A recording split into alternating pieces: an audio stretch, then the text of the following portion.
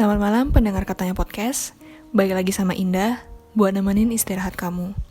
Semoga apa yang kalian lakukan hari ini bisa berdampak baik untuk masa depan kalian. Sebelum masuk ke episode kita kali ini, pastikan kamu berada di posisi ternyaman kamu, lepasin beban kamu hari ini, biar bisa simak episode ini dari awal sampai akhir.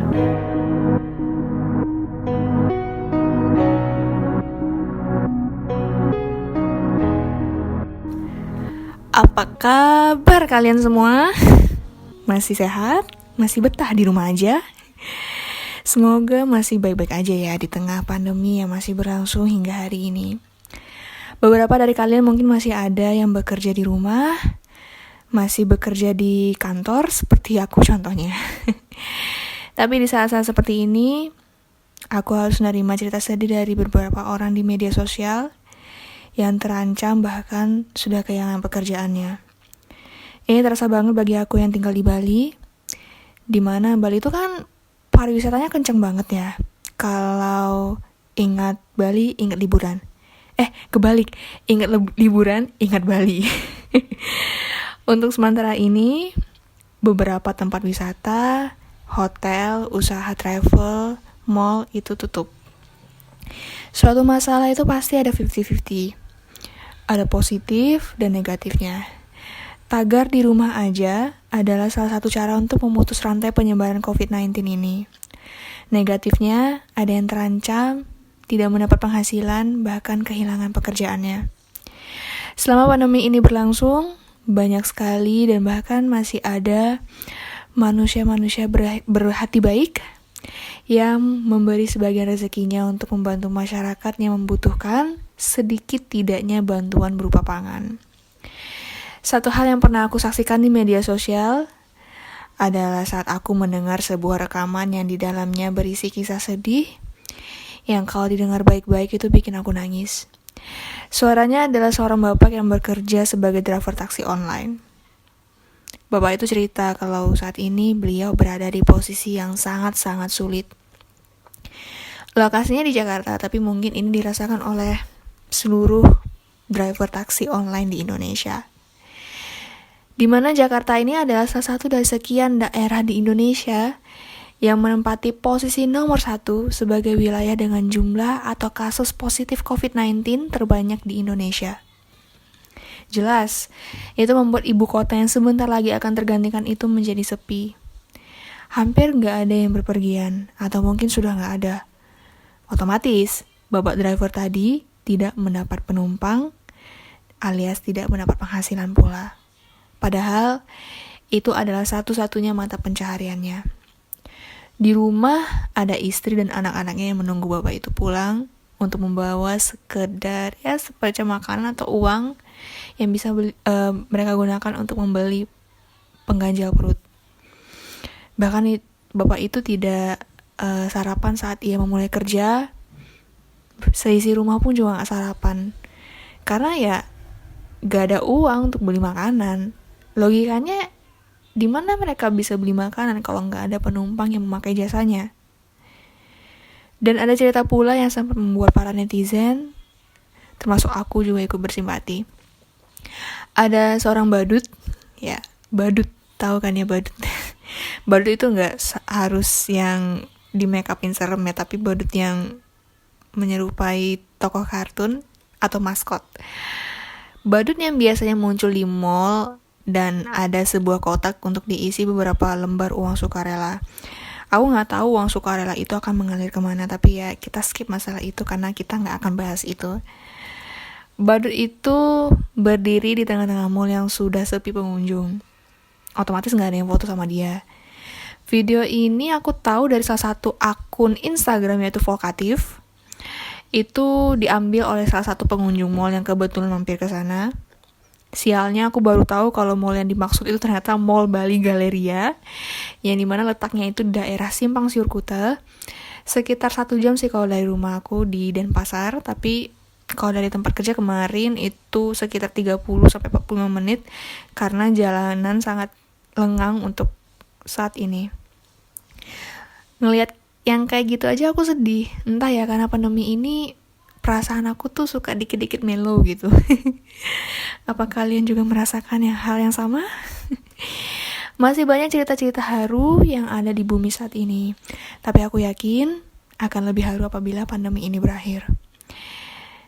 Dari pandemi ini, banyak manusia yang tergerak hatinya melakukan hal-hal positif seperti membagi sebagian rezekinya, seperti donasi, turun ke jalan membagikan masker, membagikan makanan untuk pedagang kecil yang masih bertahan, makanan untuk tenaga medis, dan masih banyak lagi.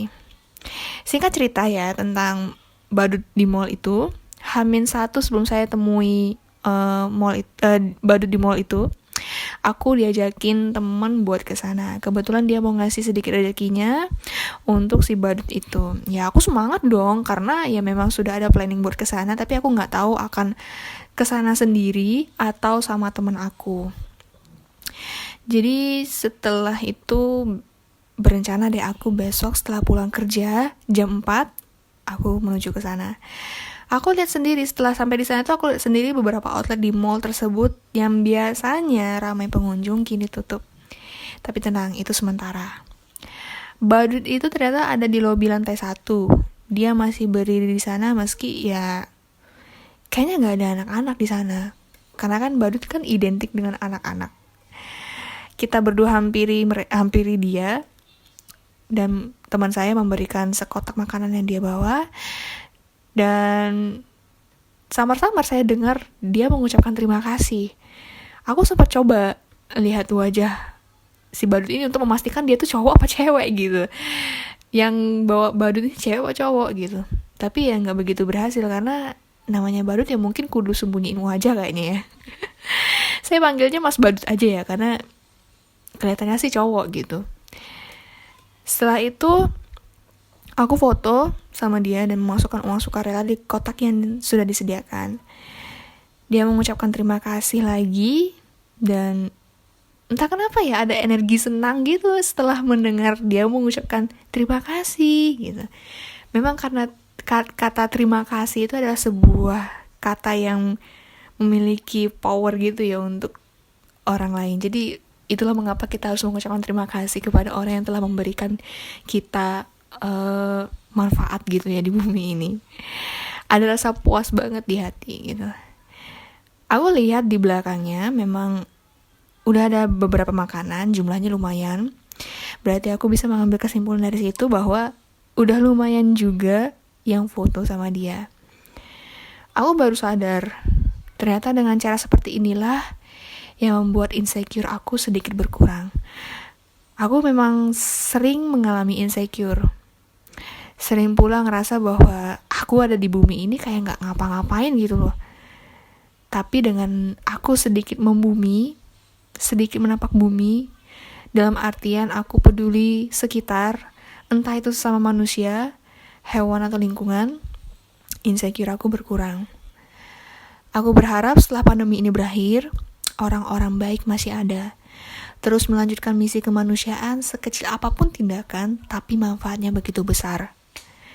Setelah aku mengunggah kegiatan aku di mall itu, ada banyak orang yang menyarankan aku untuk mengunjungi sebuah mall yang juga ada badutnya. Dan kondisinya juga mall itu sepi gitu. Ada juga yang bertanya, lewat DM apa lewat komen, kayaknya lewat DM sih. Gimana sih caranya ikutan kegiatan relawan? Apa tindakan atau hal yang harus dilakukan di awal saat kita ingin memulai? Aku juga ikut kegiatan relawan itu baru awal 2019. Aku cukup nyesel sih kenapa selama jadi mahasiswa dulu nggak banyakin kegiatan relawan yang bisa suatu saat saya pergunakan untuk portofolio, yang bisa digunakan untuk mendaftar kuliah di luar negeri, kerja atau lainnya. Untuk kegiatan relawan di kampus sebenarnya udah aku laksanakan, tapi di dalam intern kampus, entah itu jadi panitia yang dibutuhkan unit kegiatan mahasiswa, tapi yang dimaksud di sini adalah kegiatan relawan yang di luar kampus, alias yang ya pokoknya event-event yang ada di luar intern kampus gitu. Tapi ya udahlah ya, udah berlalu juga. Jadi saat ini aku ikut kegiatan relawan yang bisa aku lakukan, di mana kegiatan relawan ini aku bisa bagi waktunya dengan kegiatan pekerjaan aku. Aku sih bukan ahlinya untuk soal-soal relawan ini, tapi aku akan beri beberapa tips atau saran bagi kalian yang ingin atau memulai ikut kegiatan sosial. Yang pertama, ini yang harus kalian lakukan, yang memang harus pertama kali lakukan, adalah harus ikhlas dan niat. Segala sesuatu itu butuh niat, guys. Niat itu dari hati. Kalau nggak niat ya nggak bakal jalan gitu. Pastiin memang niatnya dari hati. Kalau belum dari hati, coba ambil sedikit waktunya untuk mengumpulkan niat itu dari hati. Dan perlu kalian garis bawahi, pada umumnya jadi relawan itu tidak dibayar. Harus rela waktu, kadang uang juga, dan rela tenaga. Yang kedua, tentuin motivasi kamu. Kenapa kamu mau jadi relawan? Motivasi kan banyak ya bentuknya, banyak alasannya. Dan bisa dibilang, kegiatan relawan ini bukan cuma untuk aku belajar peduli sesama, tetapi sebuah dalam tanda kutip pembuktian untuk orang-orang yang pernah membuli aku dari SD, SMP, SMA, dan membuktikan bahwa didikan orang tua saya tidak salah. Pembuktian bahwa aku bisa lebih baik dari orang-orang yang sudah meninggalkan aku. Yang ketiga, cari dan follow akun khusus relawan atau sejenisnya. Aku nyari informasi tentang relawan dari akun @indorelawan, @idvolunteering, @1000guru Bali, @desa_anak_sos, SOS ya, tapi aku bacanya sos aja biar cepet. @socialconnect_id dan masih banyak lagi. Jadi aku tidak hanya follow akun relawan saja, tapi akun sosial juga. Jangan lupa aktif mencari informasinya, dan kalian bisa menggunakan hashtag tertentu untuk mencari informasi tentang volunteer, seperti hashtag cari volunteer atau hashtag cari relawan. Yang keempat, pilih kegiatan yang masih mudah kamu jalani. Aku saranin untuk kalian untuk cari kegiatan relawan yang ada di daerah kamu dulu. Kalau bisa yang nggak perlu pakai tes. Ini untuk awam ya, karena kalau mungkin yang pakai tes itu adalah relawan yang dimana statusnya itu untuk negeri ya, untuk manfaatnya untuk negeri, dan itu orang-orang terpilih aja yang bisa ikut kegiatan itu. Tapi bukan berarti kamu tidak terpilih, silakan ikut tesnya apabila kalian mau. Yang mau ikut langsung tes juga nggak apa-apa, asal kamu bisa menulis CV atau portofolio dengan baik. Lebih bagus lagi kalau kalian bisa lakukan kegiatan relawan itu secara online alias bisa memanfaatkan sosial media. Cocok nih untuk yang udah kerja kayak aku, bisa jadi relawan media sosial. Seperti contoh ya, aku pernah melakukan kegiatan relawan itu di akun @socialconnect_id, di mana saat itu dia menyelenggarakan kampanye untuk pencegahan bunuh diri. Jadi kegiatannya itu mengupload konten yang sudah dia sediakan. Kita memanfaatkan sosial media pribadi kita untuk share informasi itu lewat Instastory dan feeds aku. Jadi kalau kalian pernah ngelihat, aku pernah ngupload tentang pencegahan bunuh diri, dan kalau nggak salah itu fotonya itu masih ada di feeds aku, jadi kalian bisa lihat. Nah, itu adalah salah satu partisipasi aku dalam kegiatan relawan di @socialconnect_id. Karena ya mudah aja itu untuk dilakukan saat aku jam kerja, dan bisa dikerjakan jam berapa aja asal sesuai waktu yang diberikan oleh pihak panitia. Nah, kalau kamu udah mahir nih, udah banyak banget pengalaman relawannya, kamu bisa coba kegiatan relawan yang di luar daerah tempat tinggal kamu. Misalkan kamu tinggal di Denpasar, kamu bisa cari kegiatan relawan yang ada di Jakarta apabila event tersebut menerima relawan dari seluruh Indonesia. Yang kelima, jangan lupa sharing. Siapa tahu ada yang minat juga jadi relawan. Nah, cerita ini sangat diperbolehkan ya. Bisa di media sosial atau dimanapun. Kalau kamu punya blog juga kamu bisa bagi-bagi cerita di situ. Atau kalian yang narsis nih, yang sering buat vlog, kalian bisa juga cerita-cerita di situ. Siapa tahu menginspirasi dan kamu bisa dimintain tolong untuk bantu ngasih ide tentang kerelawanan. Dan di tengah musibah ini ya, aku bisa menyimpulkan bahwa masih banyak manusia baik di bumi ini. Mereka tuh banyak, cuma kurang terlihat aja, karena sebagian masih salah paham atas tindakan baiknya. Aku harap gak cuma saat pandemi ini kita berlomba-lomba berbagi rezeki, tapi seterusnya alias seumur hidup. Nah, kalau kamu ingin tanya-tanya atau ingin tahu kegiatan relawan, bisa DM atau stalking Instagram pribadi aku. Karena di situ aku juga udah menyediakan highlight story khusus volunteer, kadang juga upload di feeds. Sepertinya untuk episode kali ini aku cukupkan sampai di sini. Makasih ya udah dengerin episode ini dari awal sampai akhir. Bagi kalian yang mau bagi pengalaman atau ingin berbagi cerita, bisa banget, bisa lewat DM Instagram pribadi aku @indahhidayati atau @katanya.podcast, atau juga bisa lewat email di katanyapodcast2@gmail.com. Jangan lupa follow Instagramnya, dengarkan lewat Spotify, subscribe channel YouTube ini, dan aktifkan notifikasinya biar kalian tidak ketinggalan episode Katanya Podcast. Aku pamit undur diri. Terima kasih.